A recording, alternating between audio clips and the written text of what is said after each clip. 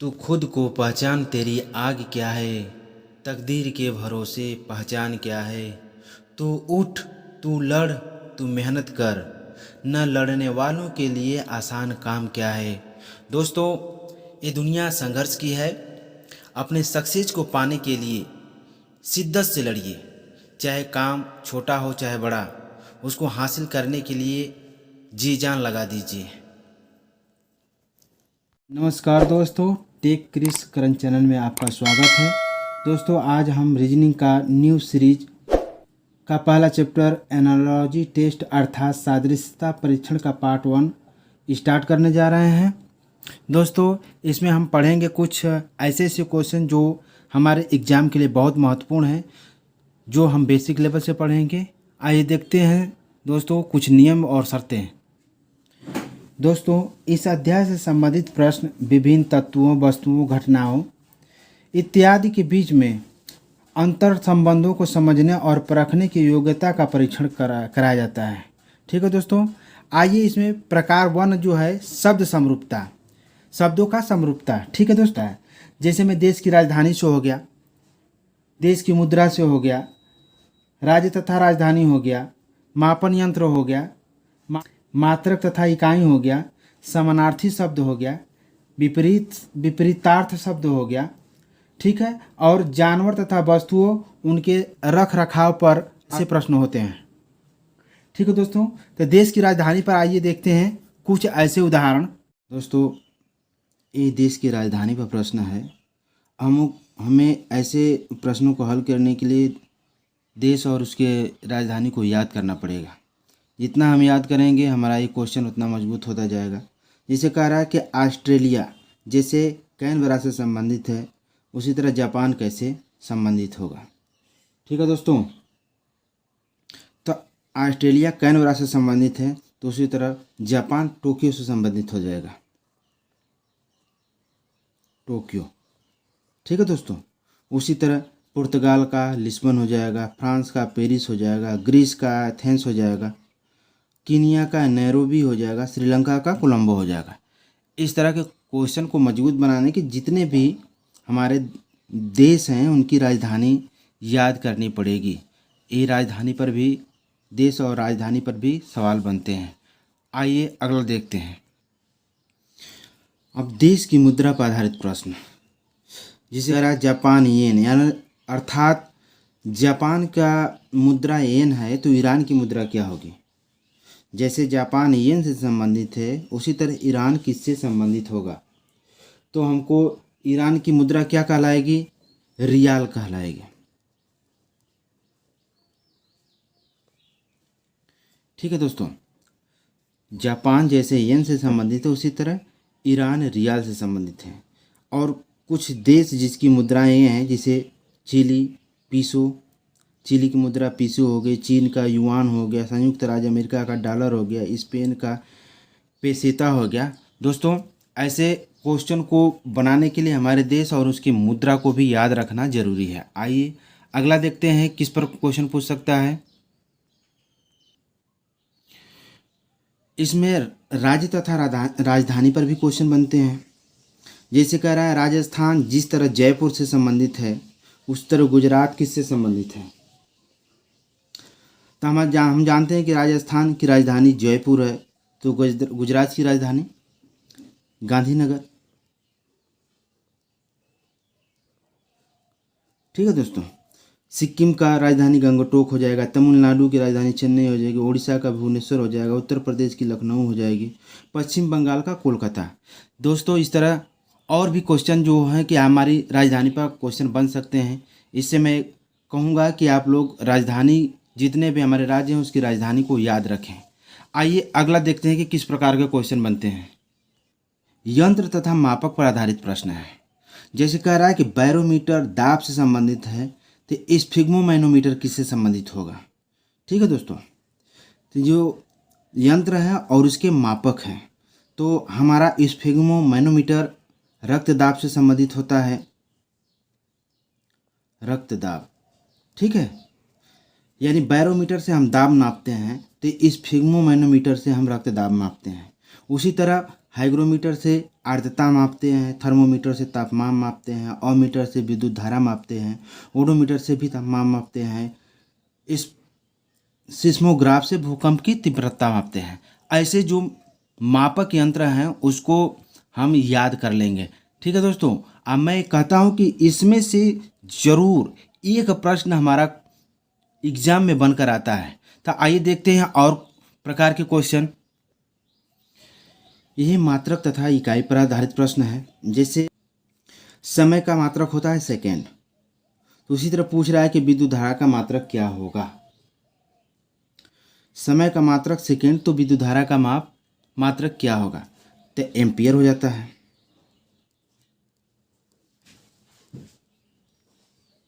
उसी तरह कुछ मात्रक हैं, जिसे ऊर्जा का जूल हो गया, कार्य का जूल हो गया, दाब का पास्कल हो गया, शक्ति का वाट हो गया, प्रतिरोध का ओम हो गया, बल का न्यूटन हो गया, आयतन का लीटर हो गया। और ऐसे ही मात्रक हमको और भी याद करने होंगे, जिससे हमारे क्वेश्चन को फंसने में आसानी हो। और इसमें से ज़रूर कोई ना कोई क्वेश्चन फंसता है दोस्तों। आइए और अदर प्रकार के क्वेश्चन हम देखते हैं। देखिए सब दोस्तों, समानार्थी शब्द भी क्वेश्चन बनते हैं, विपरीतार्थ शब्द पर भी क्वेश्चन बनते हैं। जिसे कह रहा है कि जुलाहा जैसे बुनकर से संबंधित है, तो अनुमान से क्या संबंधित होगा। ठीक है दोस्तों, तो जुलाहा हम बुनकर को ही कहते हैं।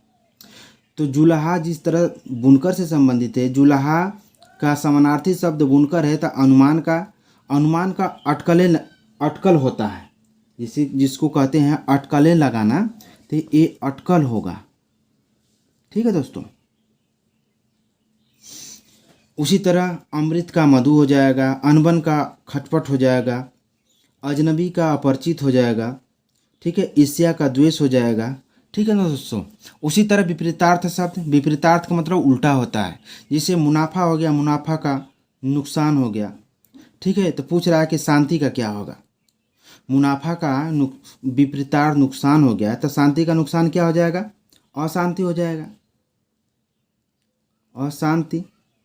ठीक है, उसी तरह कुछ और विपरीत शब्द हैं, जैसे शोक का हर्ष हो गया, सार्थक का निरर्थक हो गया, हार का जीत हो गया, नादान का समझदार हो गया, सन्यासी का गृहस्थ हो गया। ठीक है दोस्तों, अब आइए कुछ और प्रकार के क्वेश्चन देखते हैं। इसके बाद हम आपको क्वेश्चन पर हल कराने के लिए ले चलेंगे। इसके बाद देखिए दोस्तों, कह रहा है कि जानवर या वस्तु तथा उसके रखने का स्थान से संबंधित प्रश्न। जिसे कह रहा है कि कार को गैरेज, जिस तरह कार से गैरेज का संबंध है, उसी तरह जानवर का किससे संबंध होगा। ठीक है दोस्तों, तो हम ये समझेंगे कि कार गैरेज से किस प्रकार संबंधित है। यानी कार को हम गैरेज में रखते हैं, तो इसका मतलब जानवर को हम कहाँ रखेंगे, तो जानवर को हम चिड़ियाघर में रखेंगे। ठीक है दोस्तों, चिड़ियाघर में। उसी कार गैरेज से संबंधित है, उसी तरह जानवर चिड़ियाघर से संबंधित हो गया।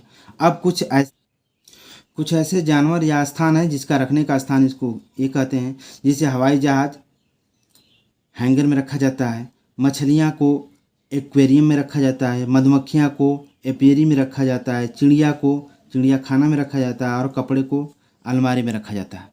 ठीक है दोस्तों, इसके बाद कुछ और देख लेते हैं जो हमारे एग्ज़ाम के लिए और आसान हो जाएंगे, हेल्पफुल हो जाएंगे। आइए देखते हैं दोस्तों। इसके अलावा कुछ और विषयों पर जो कि शब्द समरूपता से संबंधित क्वेश्चन पूछे जाते हैं, जो आइए देखते हैं कि कौन कौन से वे चीज़ें जिस पर शब्द समरूपता के आधारित क्वेश्चन पूछे जाते हैं दोस्तों। इसके बाद जो इतने दिया गया है, इतने पर भी क्वेश्चन बनता है। जैसे देश और उसके राष्ट्रीय पशु पर पूछ देगा कि ये देश है और इसका ये राष्ट्रीय पशु है। उसी तरह अगला भी दे देगा, देश और उसका राष्ट्रीय पशु क्या होगा। ठीक है, तो देश और उसके राष्ट्रीय पशु पर आधारित प्रश्न बन सकते हैं। देश और उसका राष्ट्रीय पुष्प पर, देश और उसके बंदरगाह पर, व्यक्ति और औजार पर, धर्म और पुस्तकें पर, देश और गुप्तचर के संस्थान पर, जंतु और उसके बच्चा पर, आविष्कार और उसके आविष्कारक पर, देश और उसका राष्ट्रीय प्रतीक पर, देश और उसके संसद पर। दोस्तों, इतना जो चीज़ है एनालॉजी का क्वेश्चन इससे कहीं से बाहर से नहीं आएगा। आइए कुछ क्वेश्चन देख लेते हैं जो कि हमारे लिए बहुत महत्वपूर्ण होंगे। दोस्तों, क्वेश्चन है कि जहाज जैसे कप्तान से संबंधित है, उसी तरह अखबार किससे संबंधित होगा। दोस्तों, जहाज जैसे कप्तान की देख रेख में चलता है, उसी तरह अखबार जो है प्रकाशक की देख रेख में चलेगा। ठीक है ना दोस्तों, तो यहाँ प्रकाशक हो जाएगा, ये प्रकाशक हो जाएगा, इसलिए ऑप्शन सी हमारा सही हो जाएगा। ठीक है दोस्तों, आइए अगला क्वेश्चन देखते हैं। दोस्तों, इस क्वेश्चन में कह रहा है मछली जैसे जल से संबंधित है, उसी तरह चिड़िया किससे संबंधित होगी। जल से, भोजन से, आकाश से, वायु से। दोस्तों, मछली जल में रहती है तो चिड़िया हमारी कहाँ रहेगी, आकाश में रहेगी। ठीक है ना दोस्तों, ये आकाश में रहेगी, इसलिए हमारा ऑप्शन सी सही हो गया। मैं उम्मीद करता हूँ कि ये क्वेश्चन आपको समझ में आए होंगे। आइए अगला प्रश्न देखते हैं। दोस्तों, क्वेश्चन में कह रहा है कि स्कूल जैसे शिक्षा से संबंधित है, उसी तरह अस्पताल किससे संबंधित होगा। मरीज, इलाज, डॉक्टर, नर्स से।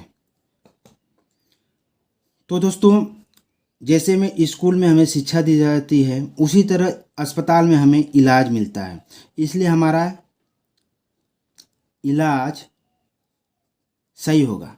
ठीक है, इसलिए हमारा ऑप्शन बी सही होगा। ठीक है दोस्तों, मैं उम्मीद करता हूँ कि ये क्वेश्चन आपको समझ में आए होंगे। आइए अगला प्रश्न देखते हैं। दोस्तों, क्वेश्चन नंबर 4 में कह रहा है एन क्यू जिस प्रकार से एस बी से संबंधित है, उसी तरह डी एफ से क्या संबंधित होगा। ठीक है दोस्तों, तो अच्छा देखिए, एन क्यू संबंध एस भी।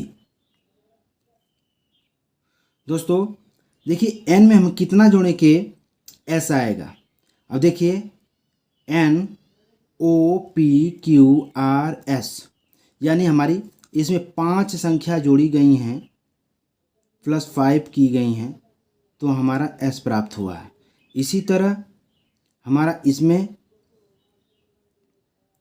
भी 5 संख्या जुड़ जाएंगी, Q R S T U V, यानी इसमें भी 5 जोड़ दिया जाएगा, तो हमारा वी प्राप्त हो जाएगा। इसी तरह हमारा डी में हमारा 5 जोड़ दिया जाएगा, तो डी के बाद E F G H I, यहाँ पर आई प्राप्त हो जाएगा।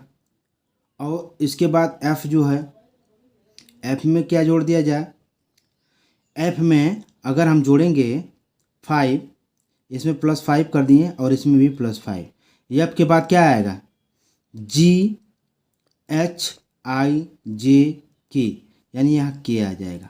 तो हमारा ऑप्शन बी में आई के है, तो हमारा यहाँ पर आई और के हो जाएगा, इसलिए हमारा ऑप्शन बी सही हो जाएगा। मैं उम्मीद करता हूँ कि क्वेश्चन आपको समझ में आए होंगे। दोस्तों, क्वेश्चन नंबर 5 में कह रहा है कि मोची जिस प्रकार चमड़ा से संबंधित है, उसी प्रकार दर्जी हमारा किससे संबंधित होगा। ठीक है दोस्तों, तो मोची हमारा क्या काम करता है, चमड़ा सिलता है। उसी तरह हमारा दर्जी क्या काम करता है, वो कपड़ा सिलता है। ठीक है ना दोस्तों, तो ये हमारा दर्जी कपड़ा से संबंधित हो जाएगा। ठीक है दोस्तों, तो इससे हमारा ऑप्शन बी सही हो जाएगा।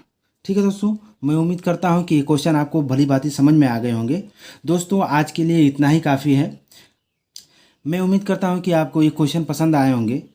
अगर हमारा वीडियो पसंद आया होगा तो वीडियो को लाइक करिए, हमारे चैनल को सब्सक्राइब करिए, अपने दोस्तों में शेयर करिए। थैंक यू दोस्तों, मिलते हैं वीडियो के नेक्स्ट पार्ट में।